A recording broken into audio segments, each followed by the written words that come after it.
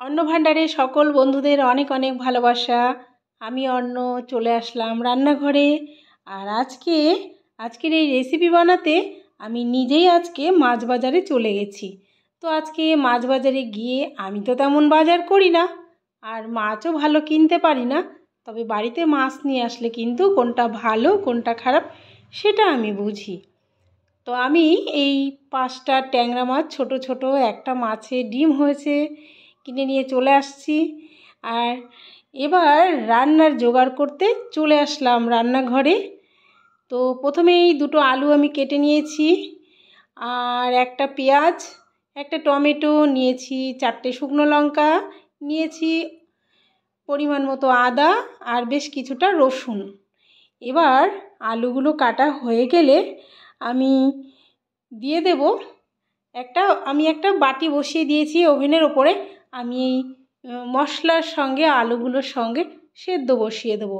তাতে দিয়ে দিয়েছি লঙ্কা, টমেটো, পেঁয়াজ, আদা, রসুন, জিরে, ধনে আর পরিমাণ মতো একটু লবণ, সব দিয়ে ঢেকে রেখে দিলাম।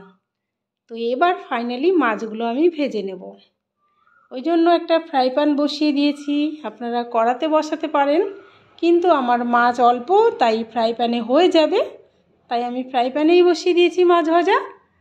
তো মাছ ভাজা বসিয়ে একটু ঢেকে দিলাম, কারণ এই ট্যাংরা মাছ কিন্তু ফোটে, আর ফুটে গায়ে আসলে তো ফোসকা পড়ে যাবে, সেই কারণে একটু ঢেকে দিয়েছি। তো এক পিঠ ভাজা হয়ে গেছে, এবার আমি অন্য পিঠটা উল্টে দেব। খুব সাবধানে উল্টাতে হবে যেন ফুটে গায়ে না আসে। আর গায়ে আসলে এই গরমে বুঝতেই পারছেন, মানে খাওয়ার স্বাদ ভুলে যেতে হবে। তো আমি খুব সাবধানে মাছগুলোকে এইভাবে উল্টে দিলাম। সবগুলো, একটা মাছে কিন্তু ডিম হয়েছে আর 4টেতে ডিম হয়নি। তো সবগুলো মাছ আমি এভাবে উল্টে দিলাম। উল্টে দিয়ে ওই পিঠটা একটু সামান্য সময় ভেজে নিয়ে এবার আমি নামিয়ে নেব একটা প্লেটে। তো ফাইনালি আমার মাছ ভাজা হয়ে গেছে, প্লেটে আমি নামিয়ে নিচ্ছি। তো আমরা আজকে বাড়িতে 3 জন, তো আমাদের একবেলার জন্য এই 5টা মাছ কিন্তু যথেষ্ট। এবার আমি যে মশলাটা সেদ্ধ করতে দিয়েছিলাম, সেই মশলাটাও সেদ্ধ এদিকে হয়ে গেছে। এবার আমি নামিয়ে নেব। প্রথমে এই টমেটোটা নামিয়ে নিলাম, তারপরে আলুগুলোকে আলাদা করে পেঁয়াজটাও নামিয়ে নিলাম। আলুগুলোকে আলাদা করে একটু ছেঁকনি দিয়ে সেঁকে নেব। এইভাবে সেঁকে নিলে জলটাকে আলাদা করে মিক্সির মধ্যে মশলাটা দিয়ে দেব। জলটা কিন্তু আমি ফেলবো না, এটা মশলা কষানোর সময় আমার লাগবে। এই যে মিক্সিতে আমার মশলাটা পেস্ট হয়ে গেছে, খুব স্মুথ একটা পেস্ট আমি করে নিয়েছি। এবার ফ্রাই প্যানে আমি আলুগুলো ভেজে নেব। এই আলুগুলো দিয়ে দিলাম। আলুগুলো সেদ্ধ করেছি তখন তো লবণ দিয়েছি, তাই এখন লবণটা আমি দিলাম না, দিয়ে দিলাম সামান্য একটু হলুদ দিয়ে নেড়ে চেড়ে ভেজে তুলে নিলাম। দেখুন বেশ সুন্দর লাগছে দেখতে, কালারটা বেশ ভালো লাগছে আমার।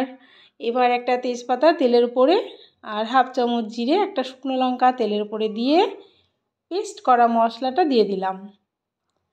দিয়ে ভালো করে ফ্রাই করে নিতে হবে। এবার দিয়ে দিলাম বাটি থেকে যে জলটা আমি সেঁকে রেখেছিলাম, সেখান থেকে একটু জল দিয়ে দিলাম। দিয়ে লবণ দিয়ে দিলাম হলুদ। ভালো করে মশলাটা কষিয়ে নিতে হবে।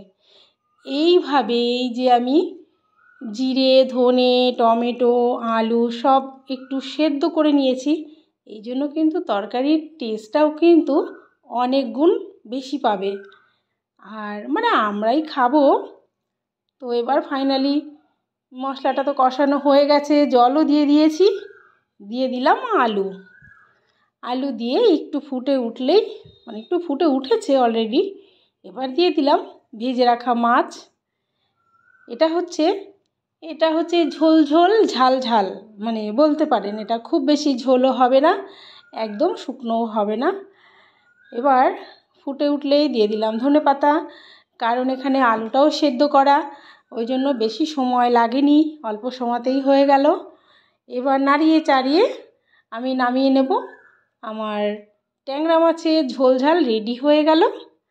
এবার কেমন লাগলো এভাবে ট্যাংরা মাছ রান্না করেছি আপনারা ভিডিওটি দেখে নিশ্চয়ই কমেন্ট করে জানাবেন। ব্যাস এবার আমি প্লেটে নামিয়ে নিলাম। নামিয়ে এবার আমি একটা বাটিতে তুলে নেব। তুলে নিয়ে গরম গরম ভাতে দারুণ লাগে খেতে। আপনারা ভালো থাকবেন, সুস্থ থাকবেন। নতুন কোনো ভিডিওর জন্য কমেন্ট করবেন, আমি নিশ্চয়ই আপনাদের জন্য সেই ভিডিও নিয়ে আবার চলে আসব। কেমন? টাটা।